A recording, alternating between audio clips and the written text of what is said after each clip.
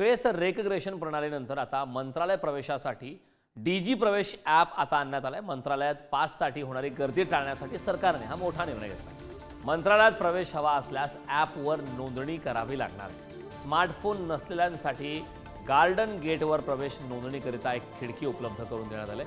ज्या विभागात काम त्याचा स्लॉट ॲपवर आरक्षित करून प्रवेश घेता येणार।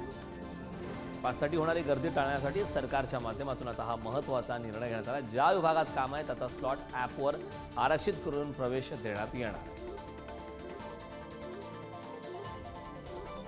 आता मंत्रालय प्रवेशासाठी डीजी प्रवेश ॲपच्या माध्यमातून प्रवेश केला जाऊ शकणार आहे। मंत्रालयात प्रवेश हवा असल्यास ॲपवर आता नोंदणी करणं बंधनकारक आहे।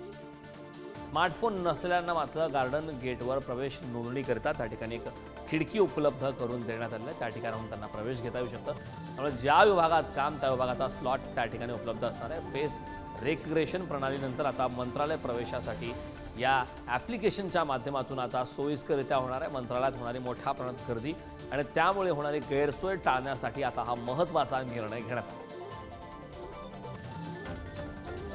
पाससाठी होणारी गर्दी टाळण्यासाठी सरकारच्या माध्यमातून आता हा निर्णय घेण्यात आला। ज्या विभागात काम त्याचा स्लॉट ॲपवर आरक्षित करून प्रवेश घेता येणार आहे। त्यामुळे यापुढे आता मंत्रालयात पाससाठी होणारी गर्दी टाळण्यासाठी उचललेलं पाऊल हे कितपत परिणामकारक ठरतं हे पाहणं महत्त्वाचं आहे। मात्र पासेससाठी मंत्रालयात होणारी गर्दी टाळण्यासाठी हा महत्त्वपूर्ण असा निर्णय घेण्यात आलेला आहे। मात्र ज्यांच्याकडे अँड्रॉइड फोन नसतील, स्मार्टफोन असतील त्यांच्यासाठी मात्र गार्डन गेटवर प्रवेश नोंदणीकरिता एक खिडकी उपलब्ध करून देण्यात आली आहे। त्यामुळे स्मार्टफोन नसलेल्या व्यक्ती ज्यांना मंत्रालयात जायचं त्यासाठी त्यांना मात्र त्या खिडकीच्या माध्यमातून जावं लागतं। या संदर्भात ताजे अपडेट देण्यासाठी आपले प्रतिनिधी सुशांत सावंत आपल्यासोबत जोडलेत। सुशांत, मंत्रालयात प्रवेश हवा असल्यास आता ॲप्लिकेशनद्वारे नोंदणी करून जावं लागणार आहे, काय सविस्तर आहे? कारण आपण जर बघितलं असेल तर मंत्रालयात काही महिन्यापूर्वी फेस रेकग्निशन प्रणाली जी आहे ती सुरू करण्यात आली होती।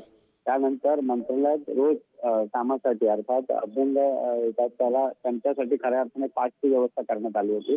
मात्र याच अभ्यंगतासाठी आता एक ॲप देखील सुरू करण्यात आलेला आहे। त्याचं मुख्य कारण हे होतं की मागील काही दिवसांपासून मंत्रालयाच्या मुख्य प्रवेशद्वारामध्ये पास धारकांचे जे प्रमाण जे आहे ते वाढलं होतं आणि यामुळे गर्दी आणि लोकांना वेळ लागत होता। आणि याचसाठी कुठेतरी सरकारने आता डीजी प्रवेश हे ऑनलाईन ॲप जे आहे ते सुरू केलेलं आहे आणि गुरुवारी या संदर्भातला निर्णय घेतला।